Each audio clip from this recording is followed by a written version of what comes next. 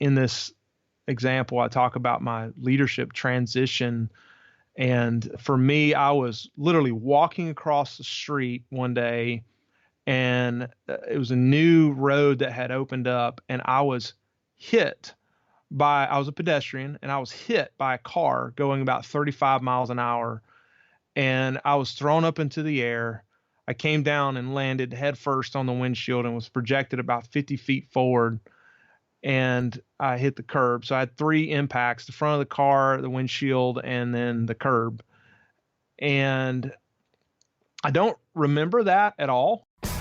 Welcome to Men of Abundance, the podcast for those looking to level up their lives by hanging out with some of the greatest leaders and established professionals in our community, living a life of integrity, honor, and the abundance mentality. Prepare to pay it forward with your host, former Army medic turned lifestyle entrepreneur, Wally Carmichael.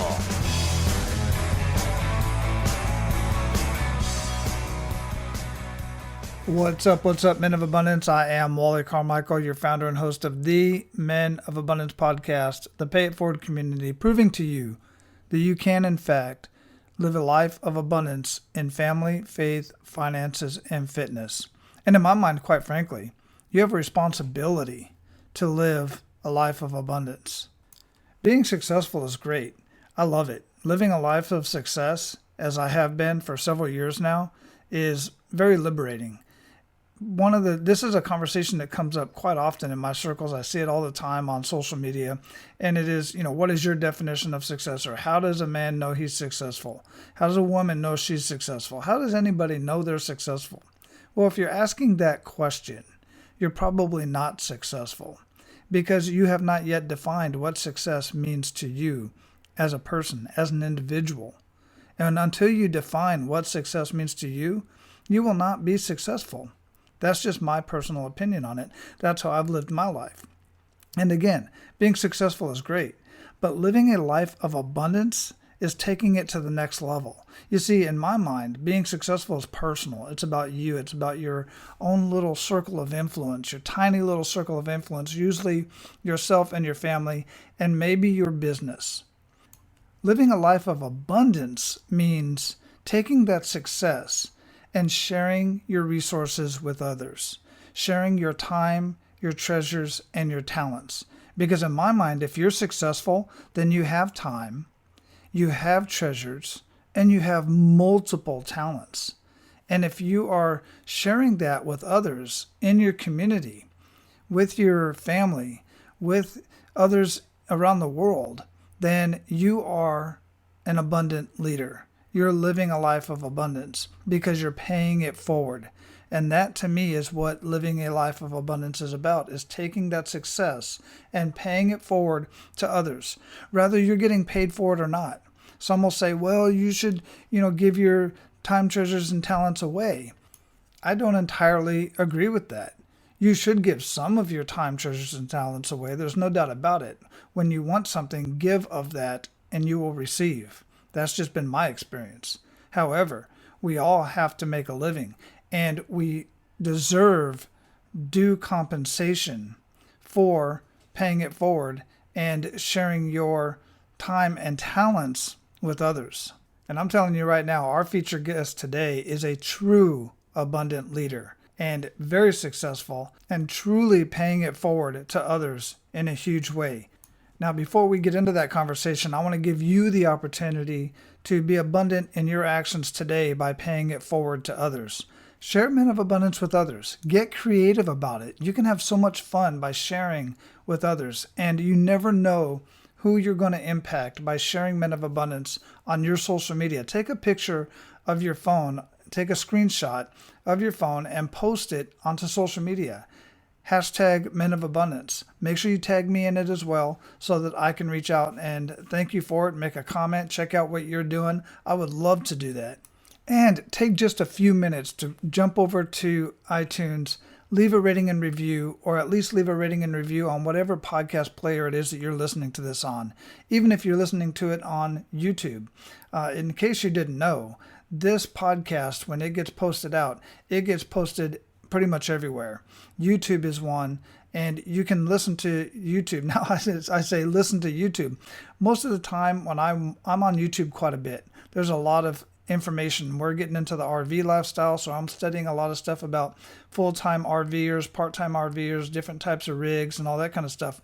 Most of the time I'm not even watching the video. I turn it on, shut my phone off, the audio stays on, and it's in my pocket, or I'm driving down the street and I'm listening to videos. So YouTube is a very popular place to go and listen to these podcasts and get information that you need. So I just do that out there because that's one way that I consume content. But get creative on it and have fun with it and share these conversations with other people, and go and comment on the YouTube channel, go and comment in the Facebook group. And by the way, if you're not hanging out with us on Facebook, Men of Abundance has a Facebook group as well as a Facebook page. Just search Men of Abundance and it'll pop up. Go ahead and like the page and request access to the Men of Abundance Facebook group so we can continue these conversations over there. Now, our featured guest today is Zach Thomas. He is an entrepreneur, published author, coach, and speaker. As a West Point graduate, Zach served his country as an Airborne Ranger Infantry Officer before launching multiple successful companies. Today, Zach is an owner-operator of a Chick-fil-A franchise in Rockmart, Georgia. His leader farming strategy, growing leaders to grow your business, has resulted in top 20% performance metrics and the development of multiple Chick-fil-A franchises from his restaurant. A self-proclaimed Lean Six Ninja, Zach has cultivated a culture of continuous improvement in his organization. His pioneering efforts have led him to serve on the lead operation panel for Chick-fil-A Incorporated and co-create the Lean 365 program that helps other franchisees build a culture of empowerment, engagement, and excellence. He's been featured in Newsweek and on Good Morning America, and is here today to share what he's learned along his journey. Men of Abundance, it is my pleasure to introduce you to Zach Thomas. Zach, welcome to Men of Abundance, brother. How you doing? I'm great, Wally. Thanks for having me on the show. Oh, my pleasure, man. I like to start out with an attitude of gratitude. What do you have to be grateful for today? Wow. Honestly, I'm grateful for a lot of things. I'm grateful for my family most right now. You know, I'm sure we'll get into talking about this, but we are in an unprecedented time in history. And, you know, I have been able to spend a lot more time with my family than I am used to spending with my family. So as a result, I'm incredibly grateful for the time that I'm getting to spend with my 7 kids and my wife. Wow, 7 kids. You threw me back on that one. I've got 3 and one of them's home right now. So the other 2 are out doing their own thing. They're grown kids now. So grown men, I guess I should say. Yeah. Doing their thing. My oldest is 15 and my youngest is 10 months. My goodness gracious. Wow. Good for you. Thanks. Where you at in the world? So I'm in Rockmart, Georgia. It's about an hour northwest of Atlanta. And I actually, my business is here in Rockmart. I'm a Chick-fil-A franchisee. I have a restaurant here. My home is in Cedartown, which is a neighboring town. And we're about 5 minutes from the Alabama line. So we're right on the Georgia-Alabama line. Very cool. Very interesting. You know, it's interesting how things happen because I had heard your conversation. I had heard your story on somebody else's podcast. It was a military-based podcast, if I'm not mistaken. Okay. And then Interview Valet introduced you to me. I was like, I need to have a conversation with this guy. And then all of a sudden I get a message from Interview Valet that says, hey, you got to have a conversation with this guy. And I said, yes, as a matter of fact, I do. That's great. Yeah, I think that was the case, if I remember right. But anyhow, yes, sir. Yeah, it's good to have you on, man. And I'm looking forward to getting into all of that because you have an amazing story in that regard, which I absolutely love. I totally geek out on leadership and especially when it has to do with business. And, you know, we have a similar background. I was an Army medic for 25 years with the 82nd Airborne Division, Special Ops, all that cool stuff. And yeah. You have a similar background. in that regard as well. But man, that's absolutely amazing. Yeah, and I've been out to the Atlanta area. I like it out there. Actually, obviously Airborne School, and where's that at? I know it's in Georgia. I forget Fort the name. Benning. Yeah, I know Fort Benning. What is it? Columbus, I think it is. Columbus. Yep, Columbus. Columbus. Yeah. And then Atlanta, I spent some time in as well, which was really cool. Back when I was in El Paso, Texas, we used to go check on our war trace units and the reserve units, and the reserve conference was always in Atlanta every year. So I got to go down and hang out down there for a week with all those cats, which was a good time. But, we talked a little bit about what you're doing professionally here before we got started, but here on Men of Abundance, we like to get to know the man behind the abundance. So if you would, how would you describe yourself, Zach? Well, I am more than anything, I'm a man of faith. I like to say that I'm a follower of Jesus without all the BS. So you can interpret that however you want, but that's that's what I say when I talk about my faith. I don't, ascribe to a lot of religious things, but I am a devout follower of Jesus. So that's most important. Secondly, I'm a family man, obviously with 7 kids, and I met my wife, my high school sweetheart. I was 15 and she was 13 when we met. We've been married over 20 years, and we live on a family farm. My grandfather established in 1957, raising the kids on the farm. I'm a homeschool dad. We do homeschool our family. One of the primary reasons is because we want to be able to spend more time together. And secondly, I want my kids to be able to think like entrepreneurs. Now, they may go to school and get jobs, but they're being raised in an environment and a culture where after a couple of weeks we may see unemployment, go through the roof, and realize that having a job is not always as secure as it sounds. And so I want to raise my kids to be entrepreneur thinkers, even if they do decide to go out in the workforce and get a job. I am an entrepreneur at heart. Even though I served in the military for 10 and a half years, I've always been an entrepreneur thinker, and in the way that I just handle myself and my life is very entrepreneurial. And so I think that pretty much sums it up. I'm a businessman. I love my people. And the thing that I love, honestly, most about business is the opportunity to make a difference in people's lives and through business, and to be able to steward the lives of those that I feel God has entrusted to my care as their, I don't like using the word boss, but some of them refer to me as their good boss. And so that's me.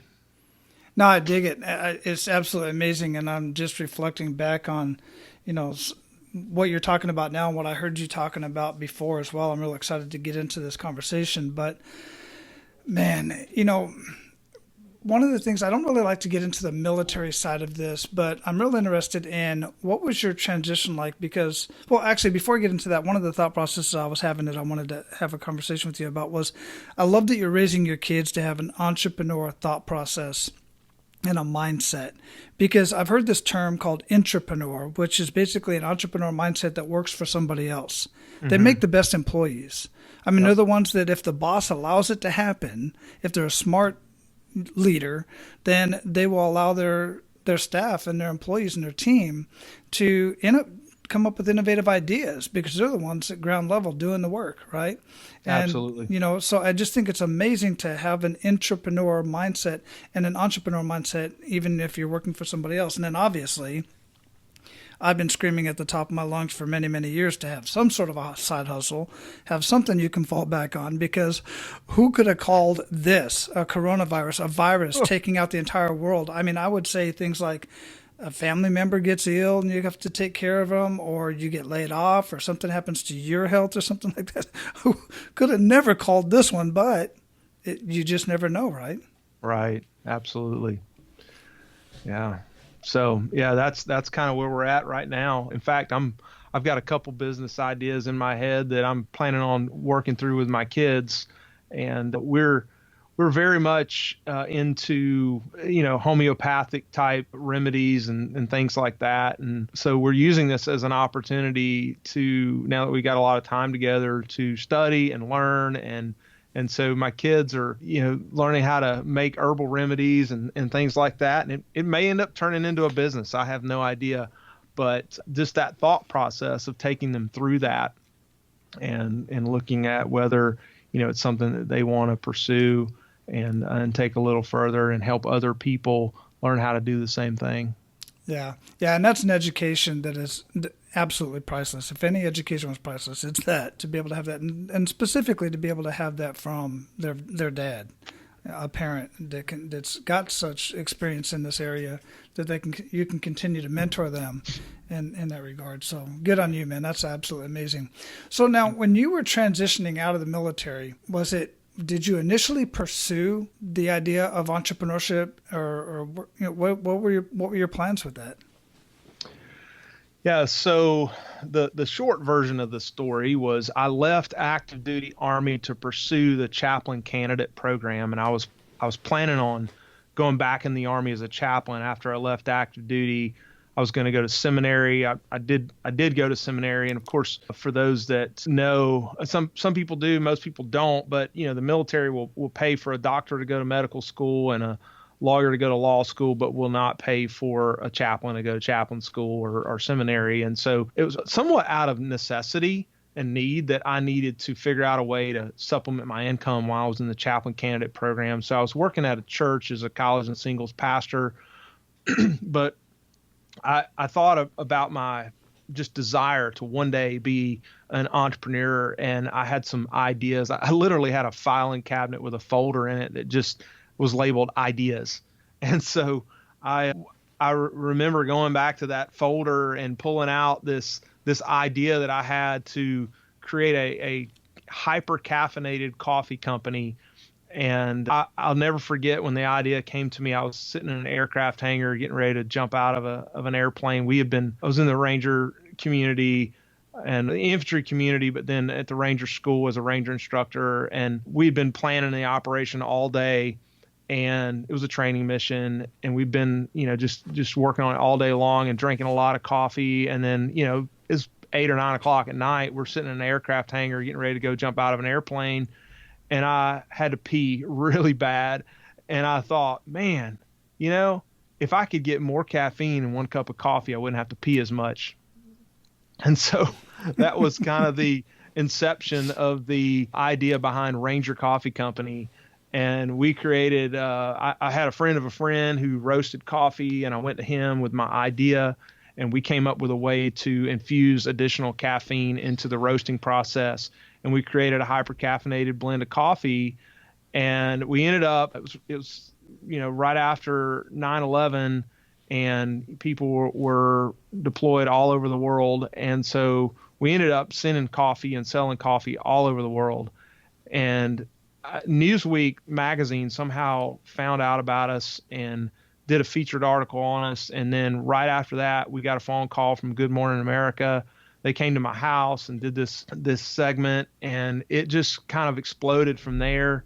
And here it is. It's like the entire company is me and my wife, and we had subcontracted the majority of the work out. I had a roaster that was doing all that work for me, but we were the advertisers and the fulfillment and everything else. And so we were staying up till 2 or 3 o'clock in the morning shipping coffee all over the world. And I loved being an entrepreneur and being in business for myself, but what really was tough was being in business by myself. And we were we didn't know it at the time, but kind of at the beginning of a global or not necessarily global at the time, a United States meltdown in 2008. It's weird, now we have to define the financial crisis of 2008, and there'll be a financial crisis of 2020. Mm-hmm. But it was the financial crisis of 2008, and people, stopped buying expensive coffee. And at the time I was working for a ministry called Life Impact. We transitioned up to North Georgia,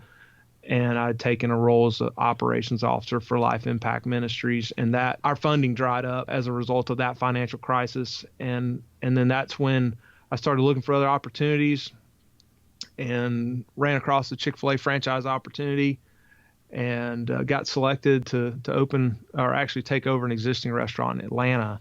And so that's really kind of how I got to where I am today and the whole entrepreneur journey, and then have done some other things along the way. But that's the short version of the story. Man. I want to get into the whole Chick-fil-A, how you ended up with the franchise, because I know that's not an easy task with most franchises, but specifically with Chick-fil-A, because I happen to know that they're very selective about who they bring on as franchisees. But before we do that, one of the things I'd like to get into is a kick in the gut moment. And I know you mentioned a few things there that could certainly qualify. But if you would, share with us a kick in the gut moment and really make us feel that, then we're going to unpack that a little bit more. Yeah, so I've had a couple. I've had some kicks in the guts and kicks in the groin too. So yeah. I would say probably one of the biggest kicks in the gut was after I became a Chick-fil-A franchisee. I was in my restaurant, and in this example, I talk about my leadership transition.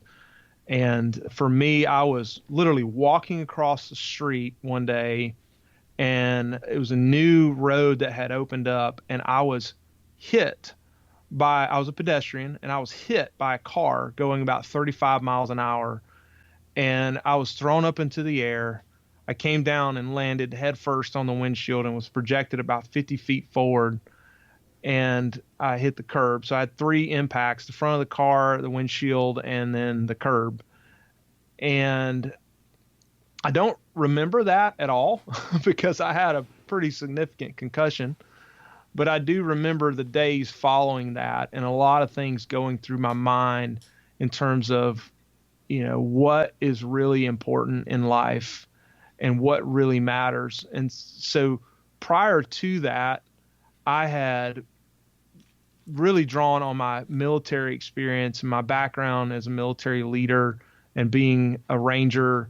And if you imagine this pendulum that let's say, so on the left side of the pendulum was my military leadership style, where, if you just put the fear of God in people, as a ranger instructor, you make someone cry for your mother, that's a good day, right? Mm-hmm. And so fear-based leadership.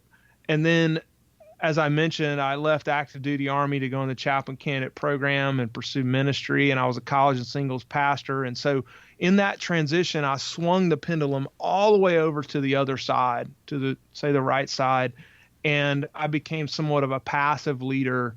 And I just developed this philosophy that if you just love everybody enough, they'll do the right thing. And so as a Chick-fil-A operator, I'd been an operator for a little over 2 years at the point I got hit by a car, and it was a struggling restaurant. And believe it or not, I mean, everybody thinks that all Chick-fil-A's are just, crazy booming. And this restaurant that I took over was the lowest volume freestanding restaurant in the state of Georgia. And for various reasons, but it had some significant financial challenges. And I did the math one time. I was working 80, 90, 100 hours a week. And I was making, after everything was said and done, I was making, $1.50 an hour. And it was pretty rough financially, and it was rough on me personally and my family.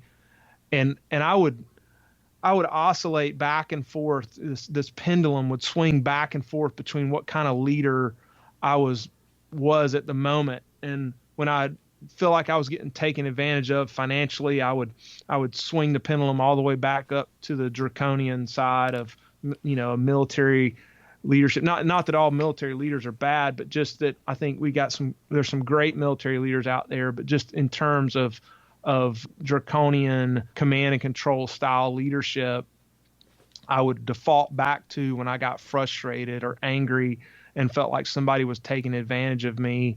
But then I would realize, like, I don't want to be that person. So then I would swing the pendulum all the way over to the right side and become somewhat passive in my leadership approach. And then, so my team was experiencing this Dr. Jekyll, Mr. Hyde type leadership. And I'll never forget, I overheard one of my team members one day say, "I wonder which Zach we're going to get today." Mm. And it was kind of an eye-opening moment for me. And after the accident, which occurred shortly after that, I really spent a lot of time, thinking about life and what really mattered and what was most important, and made some pretty big decisions on my own personal leadership journey and how I was going to lead going forward, and found a balanced leadership approach that was able to have freedom but within boundaries, and really help people grow and become the best version of themselves. And I unpack that a lot more in my book, Leader Farming. But that was really the big moment. And that's really when I actually started writing my book, was because, I wanted to tell people about that journey that I think so many people struggle with. And so that was probably my biggest gut punch.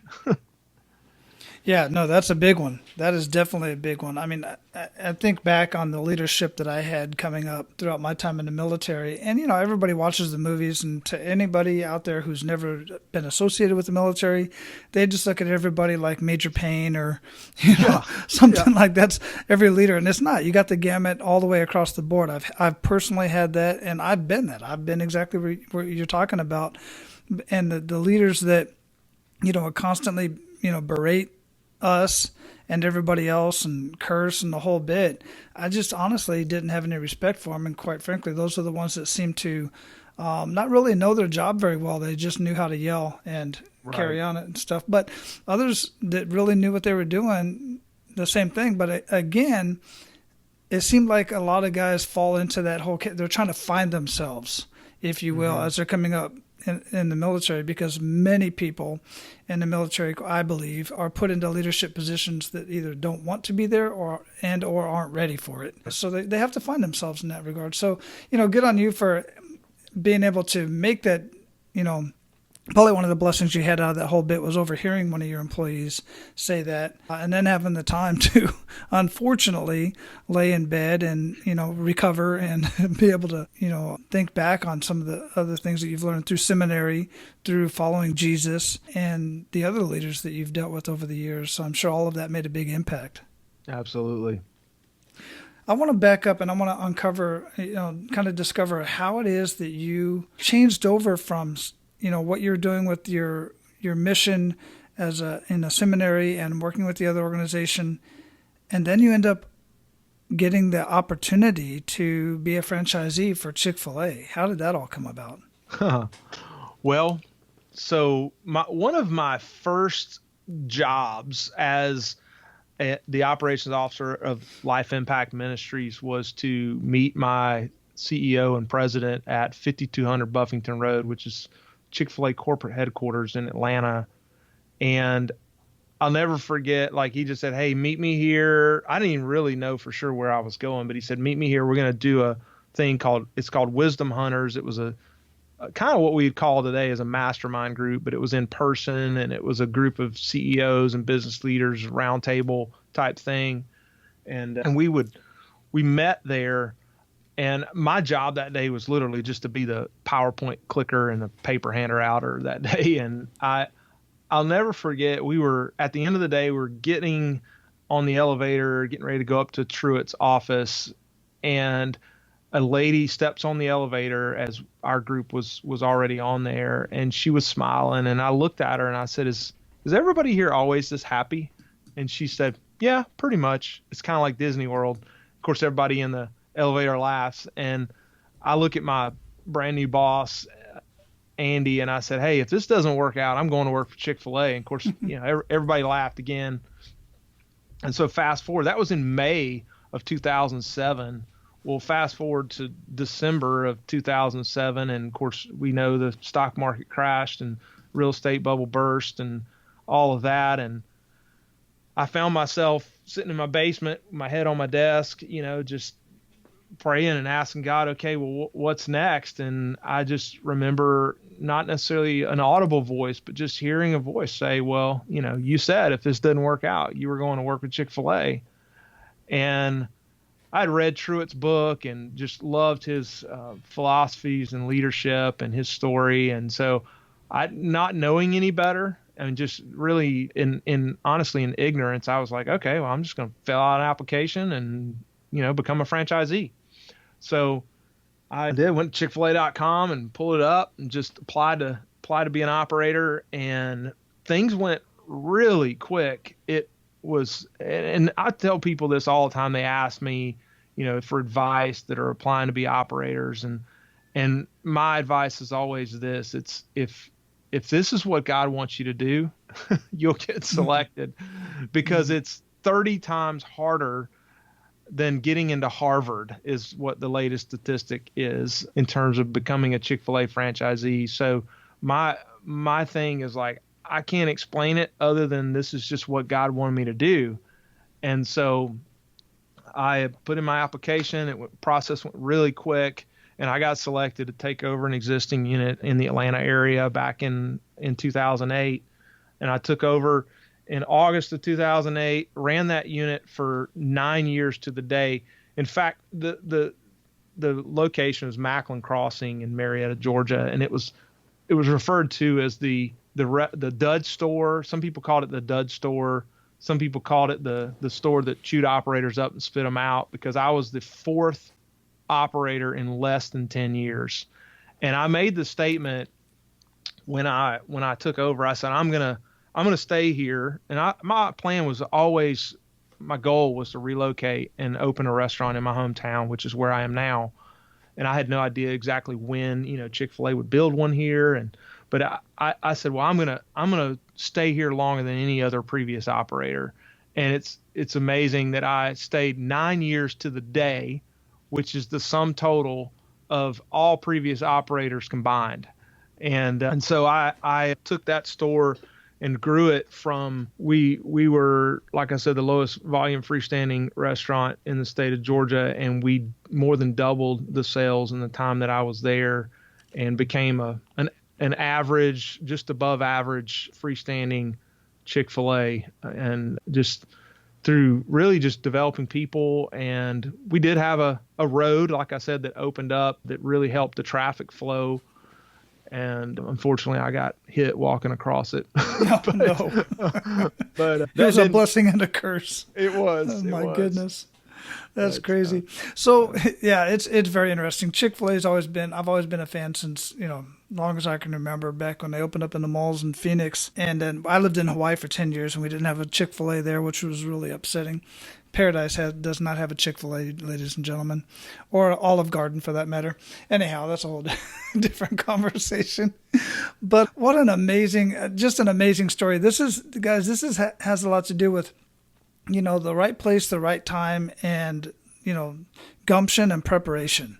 There's just so much going on here that allowed you to get that opportunity. The meeting at the location, just in Truett. And by the way, those of you who are wondering who's Truett Cathy, the founder of Chick-fil-A, was he actually in the office? Was he still there at that time?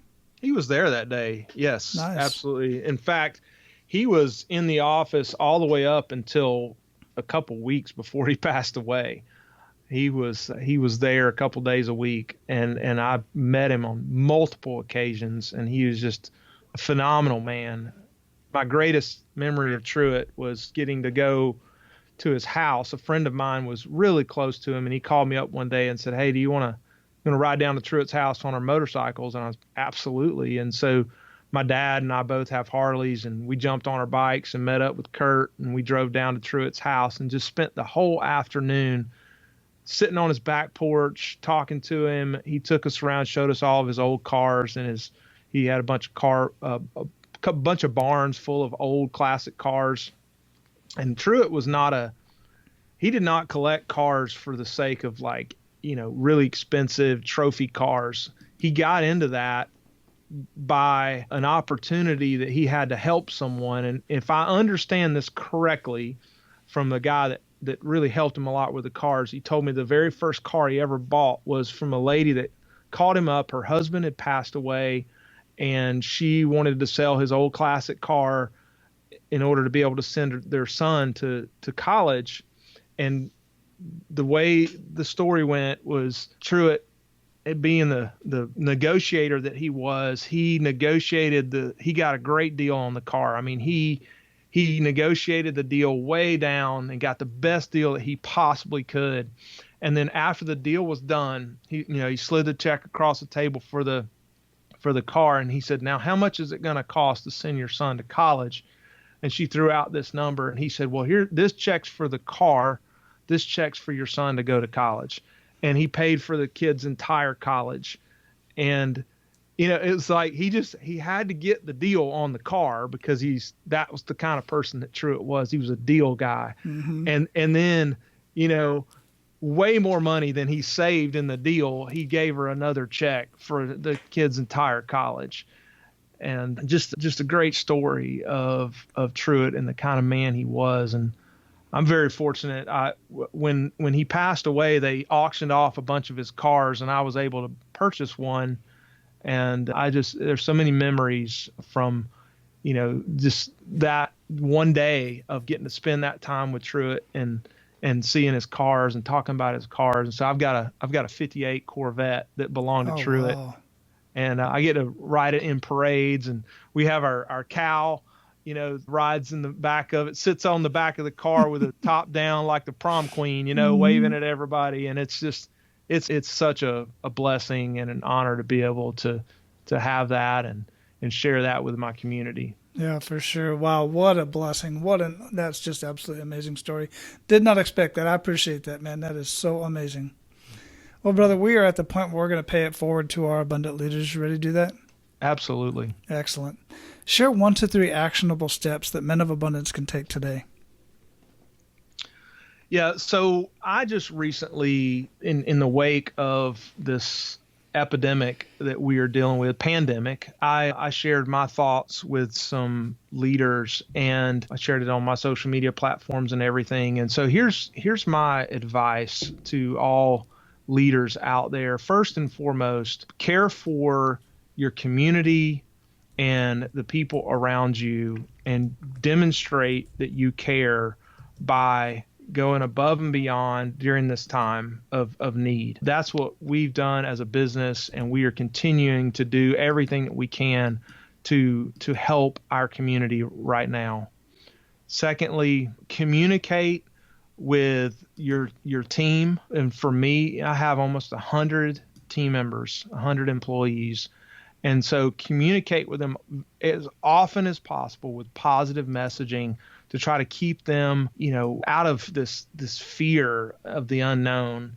And so we have every other night, we have a conference call on Zoom where I just kind of share, keeping them informed as to what's going on and what we're doing and what the plan is and how I plan on, taking care of them as long as I possibly can. And then thirdly, be willing to take a financial hit, even if it digs into your overall wealth and your long-term well-being. Like, I'm going to do everything that I can in my financial means to take care of every single person that works for me for as long as I possibly can, even if it destroys my long-term wealth. And I know that sounds crazy, but I'm just going to take care of people. I've told them time over and over again in every other call that, I don't know what the future holds, but if you have a need, call me and I will do everything that I can to take care of it. And so that's my challenge to leaders, in times of crisis. And as you understand, Wally, from being in the military, when the poop hits the fan, as we used to say it, it's when true leadership has to rise to the occasion. And that's the day and the hour that we found ourselves in as leaders. Are we going to step up and lead in a time when leadership is needed most? Yeah, no, I totally agree. Now is not the time. One of the headlines that I'm putting out there is, now is not the time to be greedy. We really have to, and I'm in the process of doing some stuff for my community as well. So thank you for doing that, for sure. What rituals make the biggest impact in your life? So I have recently become a proponent of some habits and rituals that have really, really helped me. So first and foremost, this is kind of how I can just explain it and how my day goes. So I get up. First thing I do when I get up out of the bed in the morning is I stretch. I spend about 15 minutes stretching. Now I'm 42 years old now, and I went down a lot of hard roads in the military as an Airborne Ranger. So my knees and back and joints are not the norm for a 42-year-old, but I do that. It helps me really kind of get moving in the morning and really helps me start my day off well. So after I stretch, I go spend some quiet time. I have several different things that I read. I read a proverb of the day, corresponds with the date. So, today is what, the 24th. So I read Proverbs 24 today. Or is it the 23rd? And then I have a couple other devotions that I read, and I spend time in prayer. I have a rocking chair on my front porch that I sit in and just spend time, not necessarily, always just reading, but just time quiet and just listening and praying and asking God for wisdom and direction for my life and for those that are entrusted to my care. And then I exercise. I have daily exercise that I do, and I have my routines of, I have this power shake that I make every morning that's full of all kinds of crazy nutrients and ingredients that really helps me stay healthy. I eat healthy, and then I try to get a good amount of sleep. And then in the in between, as a leader, I try to delegate everything that I'm not good at doing. I have no shame in saying I'm terrible at that. So I will delegate those things that I'm terrible at and really just do the things that I'm gifted to do and that are most beneficial with use of my time. And so in my business, I feel like that the only thing that I can't really ever delegate is vision casting and encouragement, because for me as the business leader, I have to continuously cast vision over and over and over again. And then encouragement. Like I can ask people to encourage others, but no encouragement is the same as encouragement coming from the owner or the business owner. And so those are really the only two things that I can't ever fully delegate. And so I make those a priority in my daily work habits. That's excellent. I absolutely love that. Some of that stuff is so simple yet extremely powerful.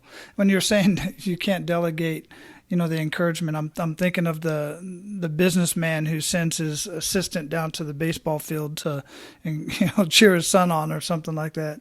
It just doesn't go over very well. Very good point. What are you reading or listening to that you'd recommend to our abundant leaders, and why?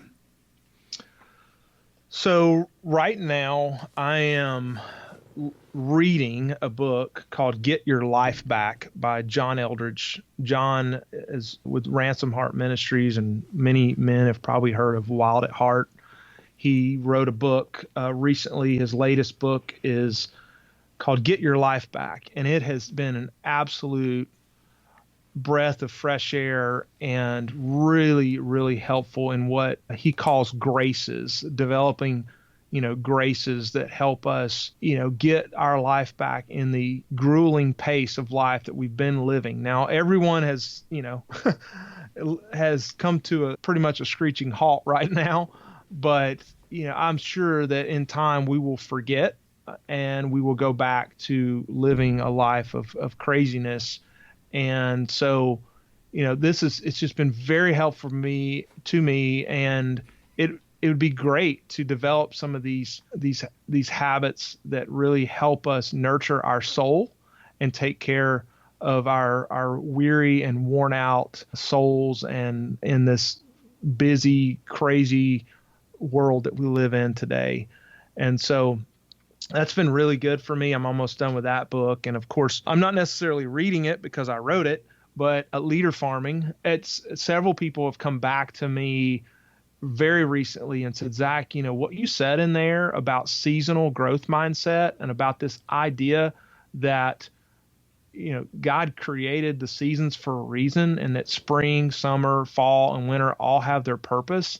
And I think that we as a nation have been living in a perpetual harvest season for so long. we just didn't really see winter coming.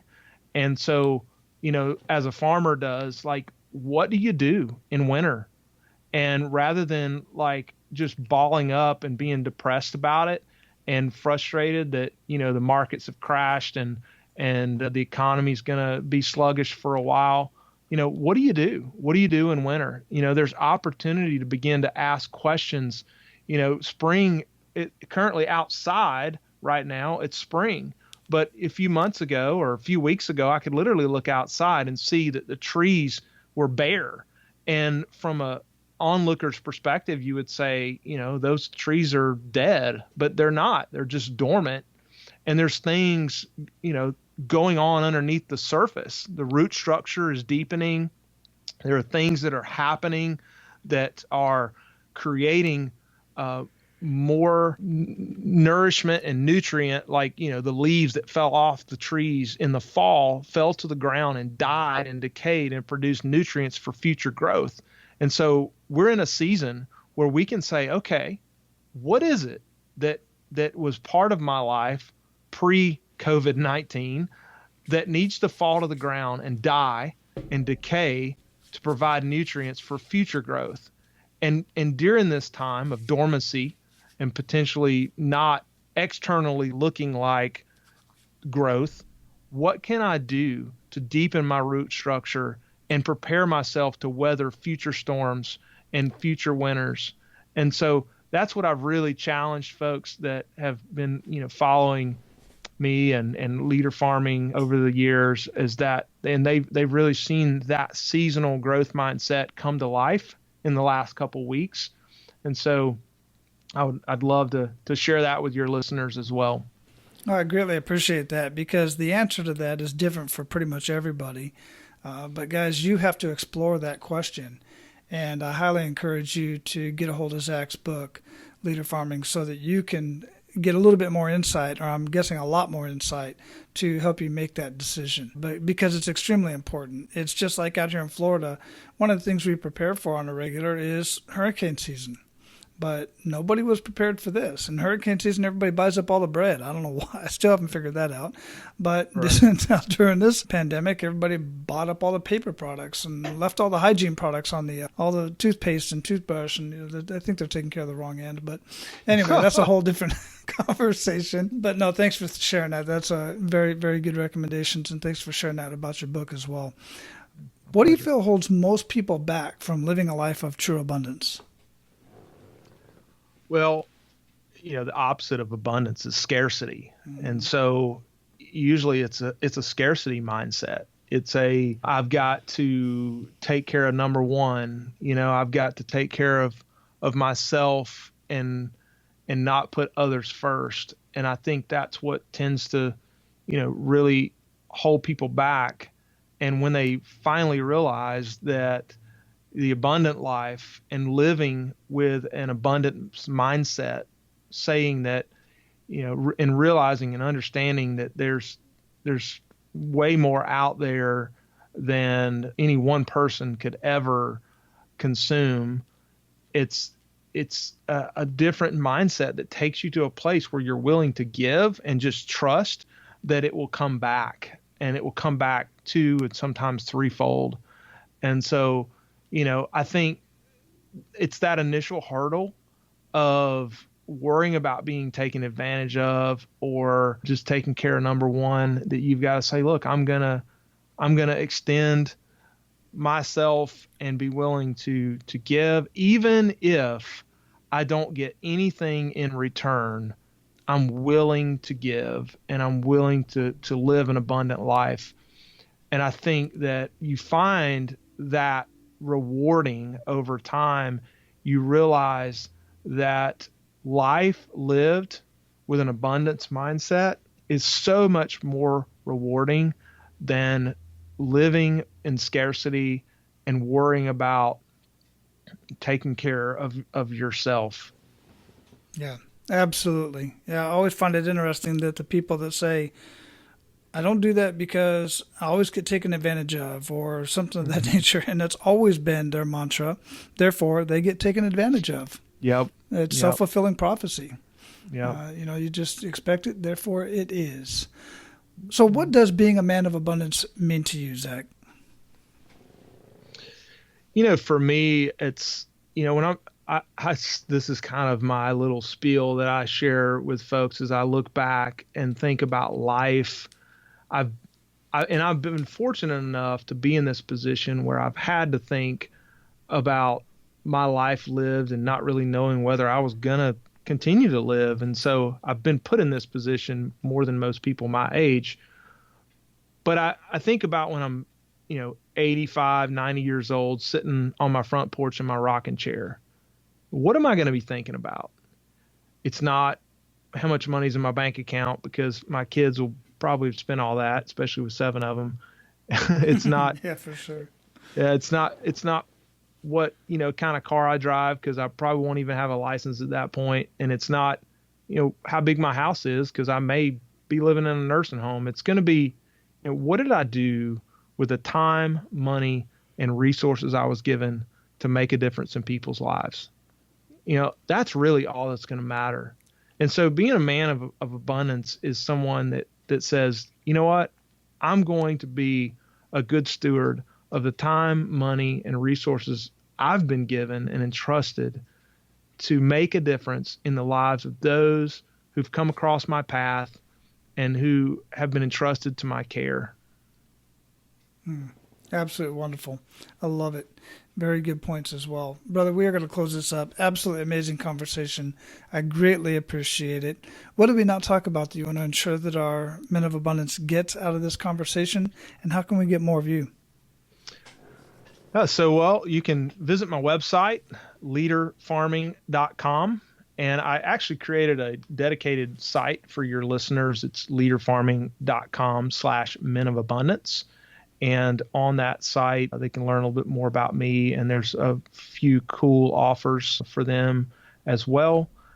And as far as what we didn't talk about, I'm not really sure. I think we pretty much covered it all. I'm just grateful for the opportunity to be here and to share with your listeners, and look forward to connecting with you again, and anyone else that's interested. They can definitely reach out to me on my website, leaderfarming.com. Oh, absolutely, man. I definitely look forward to keeping in touch with you. And I just connected with you on social media, a couple locations. So make sure you go ahead and take care of that as you see fit. Yes, sir.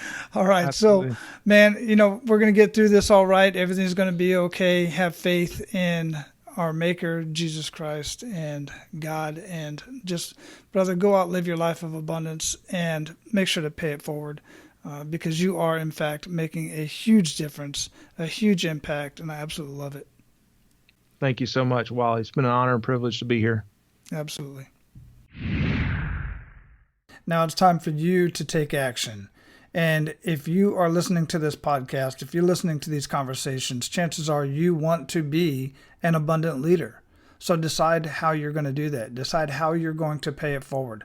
I suggest that you first sit down and take inventory of your skills. Take inventory of how much time you have throughout the day. Make the time. Put it on your calendar. If it's not on my calendar, it's not important to me. I've got everything on my calendar, from conversations with prospects, coaching sessions with clients, and family time. Yes, I put specific family time on my calendar. That blocks off time so that nobody else can schedule during that time. And when somebody says, hey, can you meet during this time, and it happens to be family time, the answer is no, I'm booked during that time. If it's not on my calendar, it's not important to me. It should be the same for you. That's my suggestion anyway. So take inventory of your time. Take inventory of your treasures and your talents, and decide how you are going to pay it forward in your community. That is how you get on the journey of becoming an abundant leader, like our guest today, Zach Thomas. Now, go out, live your life of abundance, and make sure to pay it forward. That's all for today, Abundance Leaders. For more about our guests and the powerful information we shared with you today, be sure to sign up for our mailing list at menofabundance.com. We appreciate your time and look forward to hanging out with you on our next episode. So until then, be sure to pay it forward and live your life of abundance.